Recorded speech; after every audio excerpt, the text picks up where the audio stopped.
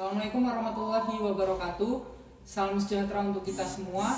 Izin memperkenalkan diri, nama Ahmad Mikael Arifin, NIM 120210066 dari Prodi Teknik Sipil TPB 21. Jadi di sini saya akan melakukan percobaan tentang pengukuran serta kesalahan dalam praktikum fisika dasar 1. Sebelumnya saya akan menjelaskan definisi dari pengukuran. Pengukuran adalah membandingkan sesuatu yang dapat diukur dengan besaran dengan sesuatu yang ditetapkan sebagai patokan atau satuan.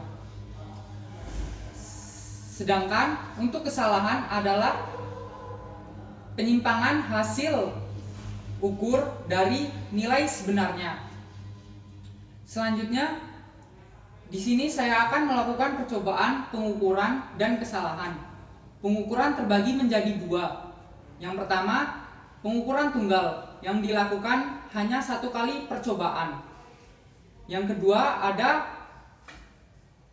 pengukuran berulang yang dilakukan secara berulang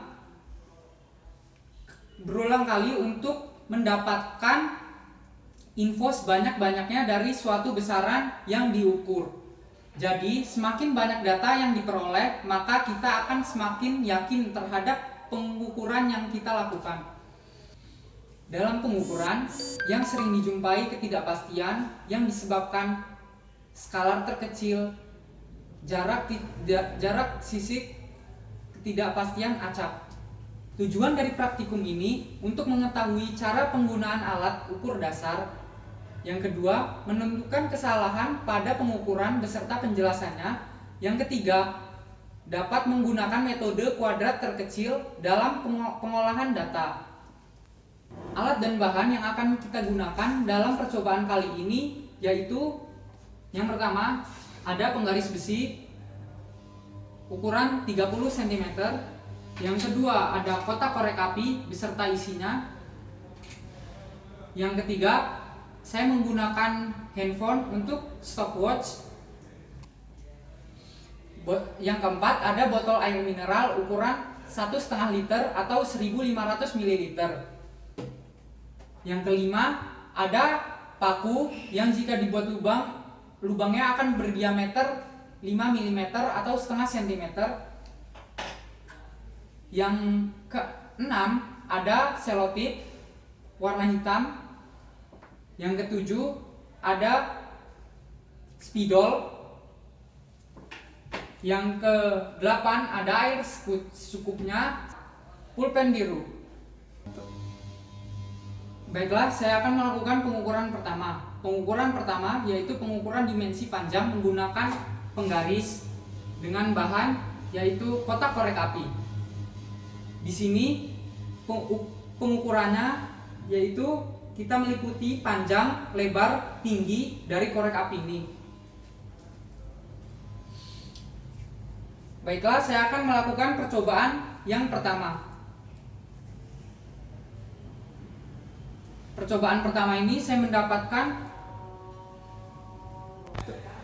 jadi pengukuran dimensi panjang menggunakan penggaris yang diukur yaitu panjang, lebar, serta tinggi dari kotak korek api ini.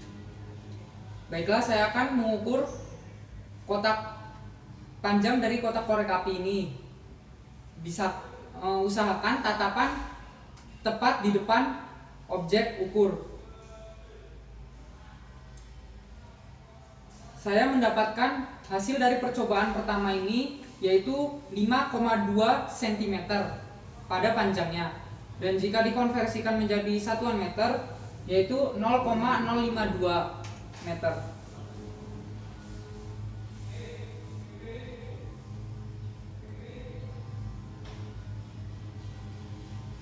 Pada percobaan kedua, saya mendapatkan hasil yang sama yaitu 5,2 cm.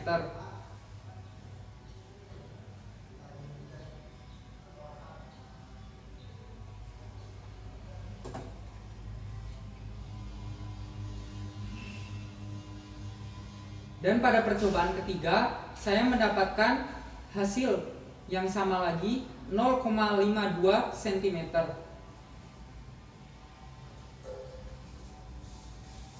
Mohon maaf, 0,052 meter.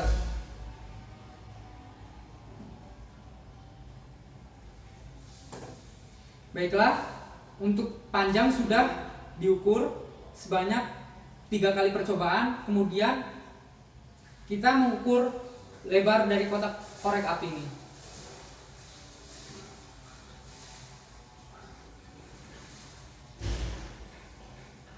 Baiklah, saya mendapatkan hasil dari pengukuran ini yaitu 3,6 cm, atau jika dikonversikan dalam satuan meter yaitu 0,036.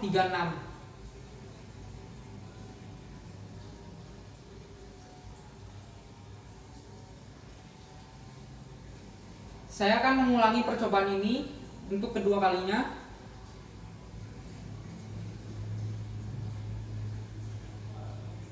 Saya mendapatkan hasil pada percobaan kedua ini yaitu 3,6 cm.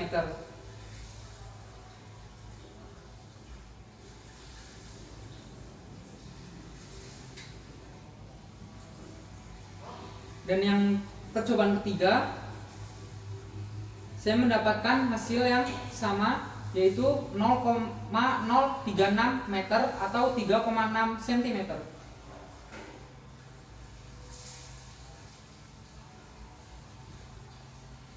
Panjang dan lebar sudah kita ukur, kemudian kita akan mengukur tinggi dari kotak korek api ini.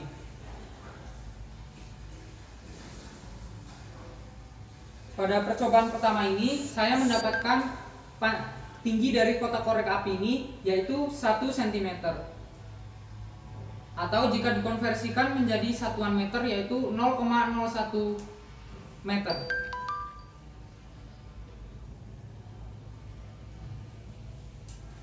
Pada percobaan kedua, saya mendapatkan tinggi dari kotak korek api ini 1 cm, dan jika dikonversikan ke dalam satuan meter yaitu 0,01 meter. Saya mengulangi percobaan ini untuk ketiga kalinya pada tinggi kotak korek api ini. Tinggi dari kotak korek api ini yaitu 1 cm pada percobaan ketiga, dan jika dikonversikan menjadi satuan meter yaitu 0,01 meter.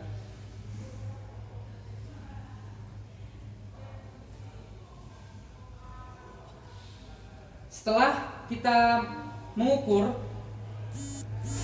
ukuran dari kotak korek api ini meliputi panjang, lebar, tinggi, setelah itu kita akan mengukur volume dengan menggunakan rumus balok serta massa jenis dengan menggunakan rumus massa dibagi volume. Selanjutnya, setelah kita menghitung dan mengukur tadi, kita juga menghitung X bar, delta X, serta ketelitian dari percobaan alat ukur menggunakan penggaris tadi. Baiklah, saya akan melakukan percobaan kedua, yaitu menggunakan percobaan pengukuran dimensi waktu menggunakan stopwatch. Dan stopwatch di sini yaitu saya menggunakan handphone untuk stopwatch. Langkah pertama yang akan saya lakukan yaitu mengukur botol dan memberi tanda sesuai yang ditentukan. Pada SOP ataupun modul itu ditentukan bahwasanya kita harus memberi tanda 5 cm di atas botol dan memberi tanda juga 10 cm dari dasar botol. Setelah kita beri tanda, lalu kita lubangi bagian botol yang berada 5 cm dari bawah botol.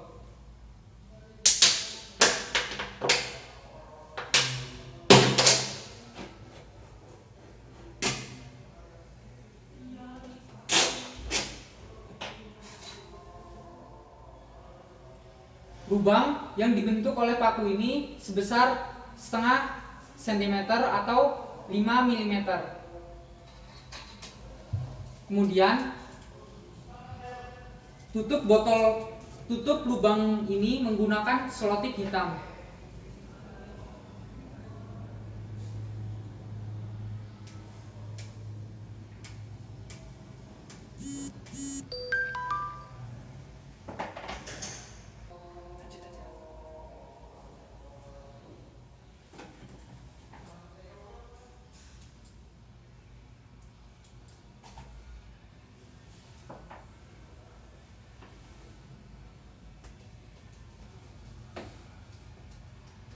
Setelah kita tutup, lalu isi dengan air.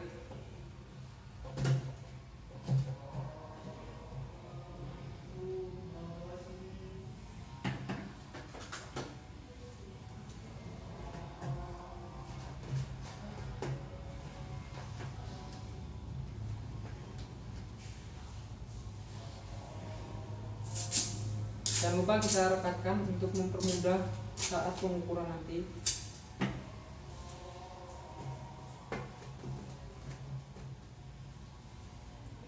Baiklah, kita isi botol ini dengan air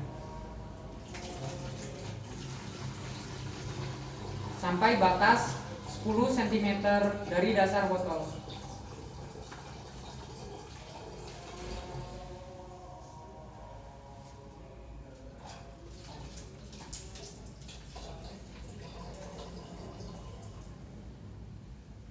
Baiklah, sudah 10 cm dari dasar botol. Dan kita mulai menghitung dengan stopwatch.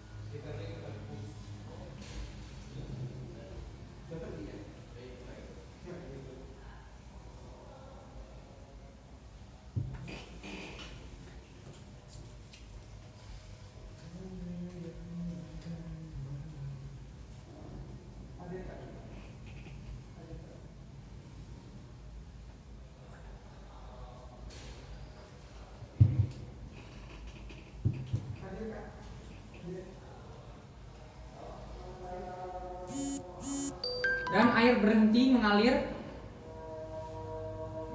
dengan waktu 1 menit 15 detik. Dan jika dikonversikan menggunakan satuan detik, yaitu 75 detik.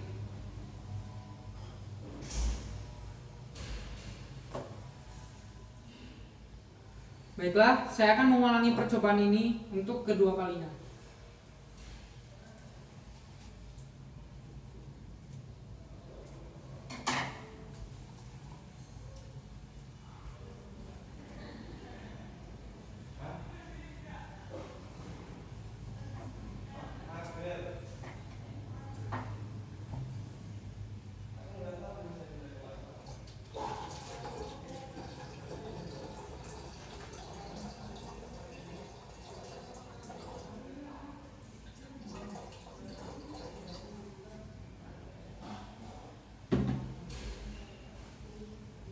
Baiklah, saya akan mengulangi percobaan ini untuk kedua kalinya. 1, 2, 3.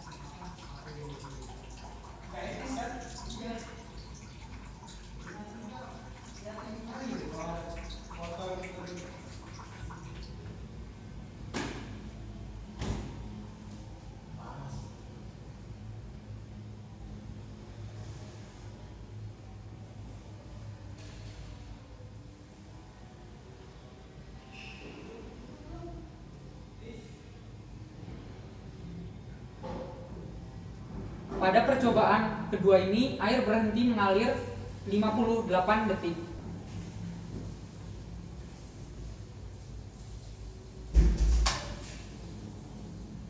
Kita ulangi lagi percobaan ini untuk ketiga kalinya.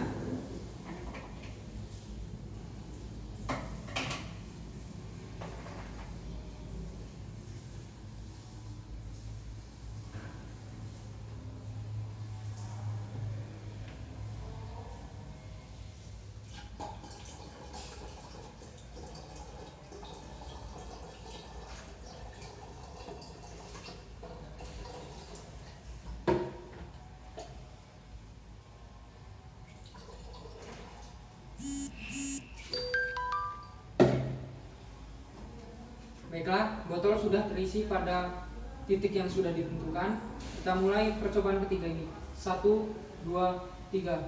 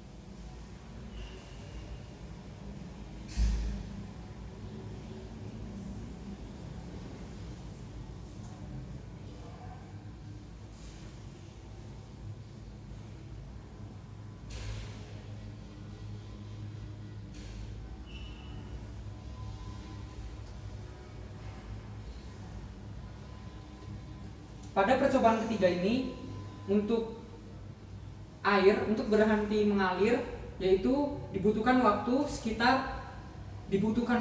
1 menit 8 detik, atau jika dikonversikan menjadi satuan detik yaitu 68 detik.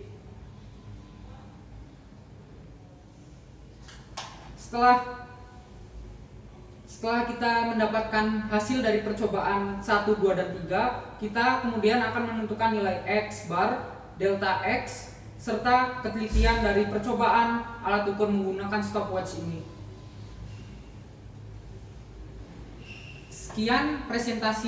Sekian percobaan praktikum saya untuk judul pengukuran dan kesalahan.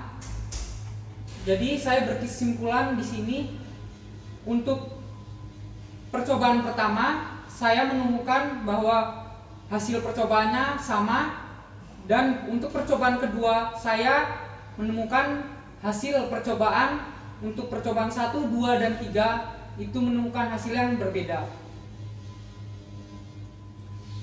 Sekian percobaan dari saya, kurang lebihnya saya mohon maaf. Wabillahi taufiq wal hidayah. Wassalamualaikum warahmatullahi wabarakatuh.